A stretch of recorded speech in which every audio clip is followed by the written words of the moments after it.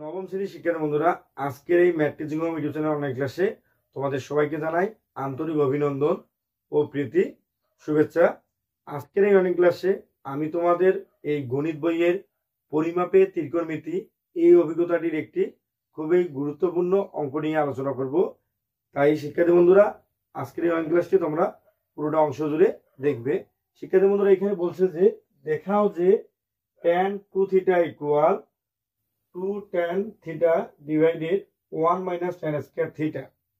মানে দেখাইতে হবে যে এইটার মান এবং এইটার মান সমান যখন θ ইকুয়াল 30 ডিগ্রি, অর্থাৎ থিটার মান 30 ডিগ্রি নিয়ে আমাদের বাম পক্ষ এটা এবং ডান পক্ষ এটা দুটাকে সমান দেখাতে হবে। তো শিক্ষার্থী বন্ধুরা, এই ধরনের ত্রিকোণমিতিক অঙ্কগুলো খুব সহজ। যদি তোমরা এই অঙ্কগুলো খুব মনোযোগ সহকারে ভিডিওগুলো দেখো এবং সেই সাথে সূত্রগুলো যদি তোমরা মনে রাখতে পারো। শিক্ষার্থী বন্ধুরা, এখানে লক্ষ্য করি আমরা আগে বাম পক্ষ নিয়ে কাজ করব।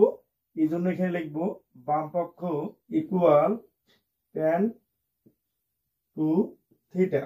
এখন শিক্ষার্থী বন্ধুরা, পরবর্তী লাইনটা হবে এরকম tan এই যে 2 θর মান হচ্ছে এখানে 30 ডিগ্রি। তো এই যে 30 ডিগ্রি যেটা দেওয়া আছে সেটা আমাদের এখানে লিখতে হবে। তোমরা লিখবো যে θ ইকুয়াল হচ্ছে 30 ডিগ্রি এবং এই অঙ্কটা শুরুতেও আমরা লিখে দিতে পারি যে দেওয়া আছে θ ইকুয়াল 30 ডিগ্রি। তো সেটা প্রথমে লিখতে হবে। এখন tan এই যে 2 ইন্টু 30 ডিগ্রি মানে হচ্ছে 60 ডিগ্রি। এই যে tan 60 ডিগ্রি আসলো, এটার একটা খুব সহজ মান আছে এবং tan cot sec cosec sin এই মানগুলো আমাদের খুব সহজে বের করার জন্য আমরা আমাদের এই ম্যাথ টিচিং হোম ইউটিউব চ্যানেলের একটি খুবই গুরুত্বপূর্ণ ভিডিও রয়েছে, অর্থাৎ ত্রিকোণমিতির এই অনুপাতগুলোর মান নির্ণয় করার জন্য, অর্থাৎ 0 ডিগ্রি থেকে 90 ডিগ্রি। তো এই মানগুলো তোমরা খুব সহজে বের করতে পারবে। আমাদের এই যে পূর্ববর্তী যে ক্লাসটি ছিল এইটার বিষয়ে, সেই ক্লাসটির লিঙ্কটি আমি এই ভিডিও ডেসক্রিপশন বক্সে অবশ্যই দিয়ে দিব, তো তোমরা সেখান থেকে দেখে নিতে পারো। এখন শিক্ষার্থী বন্ধুরা বলতেছি যে tan 60 ডিগ্রির মান কত।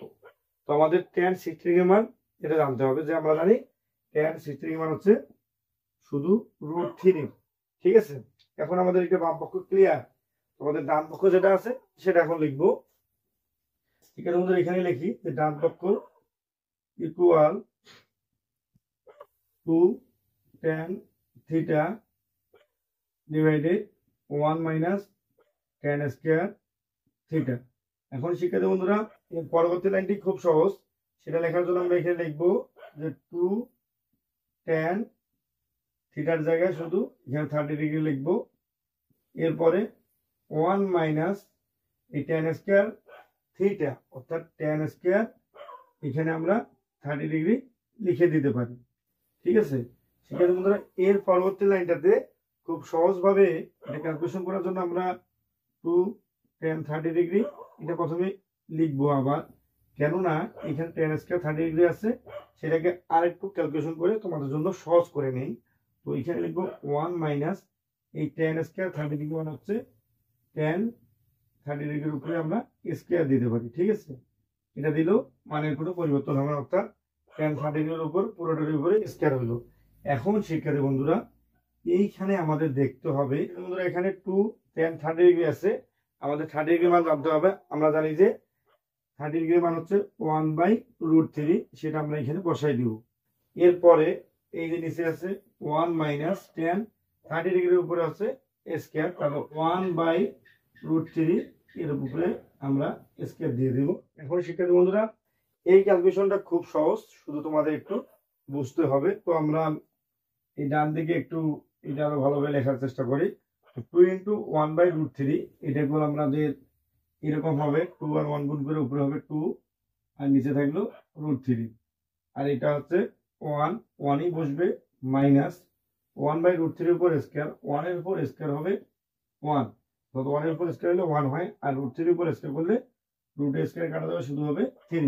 এখন শিক্ষার্থী বন্ধুরা, এর পরবর্তী লাইনটা হবে 2 ডিভাইডেড বাই হচ্ছে √3, আর এখন হবে এরপরে 3 একে 3 উপরে 3 বসবে মানে 3 বসবে, আর মাইনাস এখানে 1 হইলো, আর নিচে আছে এই 3টা এটা বসলো। এরপরে শিক্ষার্থী বন্ধুরা, এখন দেখি যে 2 ডিভাইডেড বাই হচ্ছে √3, আর এখানে 3 - 1 মানে হচ্ছে 2, আর নিচে আছে শুধু 3। এখন শিক্ষার্থী বন্ধুরা এই ক্যালকুলেশনটা আর একটু লক্ষ্য করি যে এখানে 2 ডিভাইড বাই √3 আর এখানে 2 বাই শুধু 3। তো এইখানে শিক্ষার্থী বন্ধুরা একটু বোঝার বিষয় রয়েছে যে এটাও একটি ভগ্নাংশ, এটাও ভগ্নাংশ, কিন্তু এই দুইটা ভগ্নাংশ ভাগ আকারে আছে। এখন আর ক্যালকুলেশন করার জন্য এখানে 2 বাই √3টা আমরা এখানে আগে লিখব, ঠিক আছে। তারপরে এই ভাগটা হয়ে যাবে গুণ, এবং এখানে 2 বাই 3টা এটা লব হর উল্টে যাবে, অর্থাৎ নিচে 3 আছে এটা যাবে উপরে, আর 2 উপরে আছে এটা যাবে নিচে। এখন শিক্ষার্থী বন্ধুরা লক্ষ্য করি এই 2 আমরা কেটে দিতে পারি, আর এখানে √3 আর এখানে আছে কত 3। শিক্ষার্থী বন্ধুরা দেখো যে একটা 3 মানে হচ্ছে দুইটা √3, আমরা জানি, কেননা √3 উপর স্কয়ার করলে 3 হয়, অর্থাৎ √3 উপর স্কয়ার মানে দুইটা √3 গুণ অবস্থায় থাকে। সেজন্য আমরা এটা দিয়ে এটাকে কেটে দিলে আমরা এখানে √3 লিখতে পারি, শুধু আমরা এখানে লিখবো √3। এখন শিক্ষার্থী বন্ধুরা লক্ষ্য করো যে বাম পক্ষ √3 ইতিমধ্যে আমরা বের করে এসেছি, এবং ডান পক্ষ এখানে √3ও বের করেছি। তো আমরা এখন লিখতে পারি যে অতএব বাম পক্ষ সমান ডান পক্ষ, এটা দেখানো হলো, ঠিক আছে।